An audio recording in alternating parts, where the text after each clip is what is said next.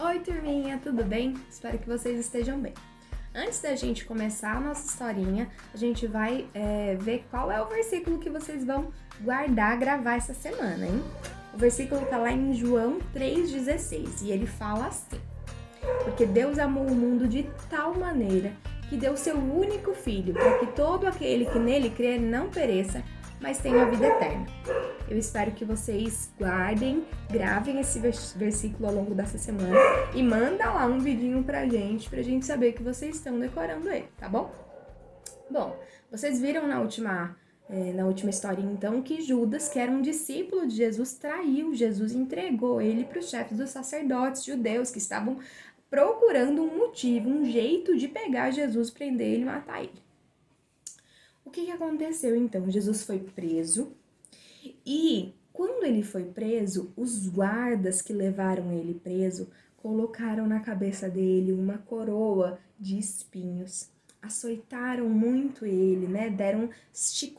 Chicotearam ele em todo o corpo, bateram nele, cuspiram na cara dele, ficaram fingindo que ele era rei, zombando dele, porque ficavam chamando ele de rei dos judeus. Olha, esse é o rei dos judeus, e zombando da cara deles, porque eles não acreditavam que Jesus era filho de Deus de verdade.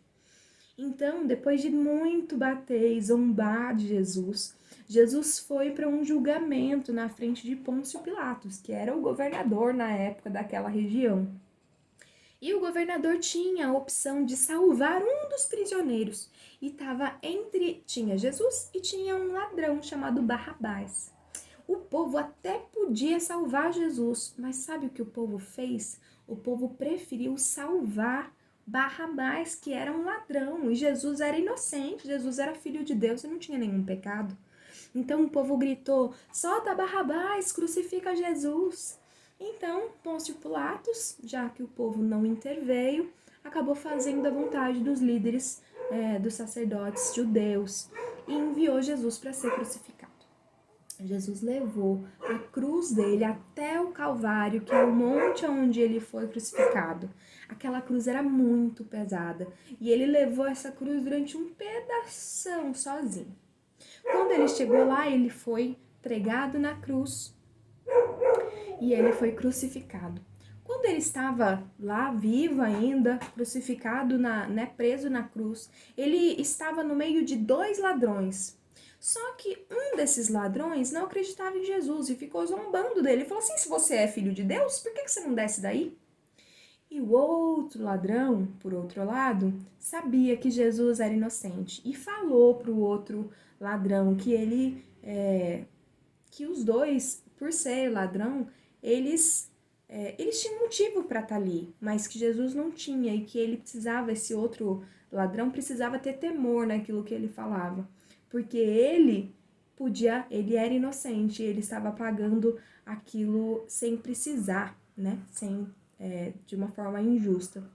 Quando ele virou para Jesus, esse ladrão que acreditou em Jesus, falou para Jesus: Jesus, lembra de mim quando estiveres no paraíso. E Jesus prometeu para ele que ele iria estar com ele sim no paraíso. Então Jesus, depois de passar algum tempo lá preso na cruz, ele entregou a Deus o espírito dele. Ele disse a Deus isso, falou assim: eu entrego o meu espírito, e aí ele morreu. Bom, turminha, o que a gente precisa saber dessa história? Jesus, ele morreu, ele não tinha pecado, mas ele morreu para pagar o preço do nosso pecado.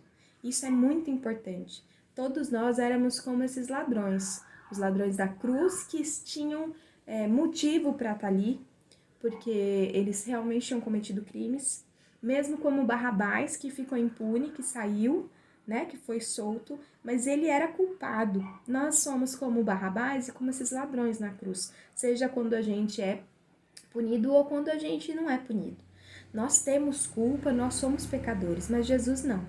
Mas quando ele morreu lá na cruz, ele pagou todo o preço do pecado. E é por isso que Deus pode salvar a gente. Então, se não fosse a morte de Jesus na cruz, nós ainda estaríamos em dívida com Deus. E a gente sabe que ter dívida com Deus não é algo legal.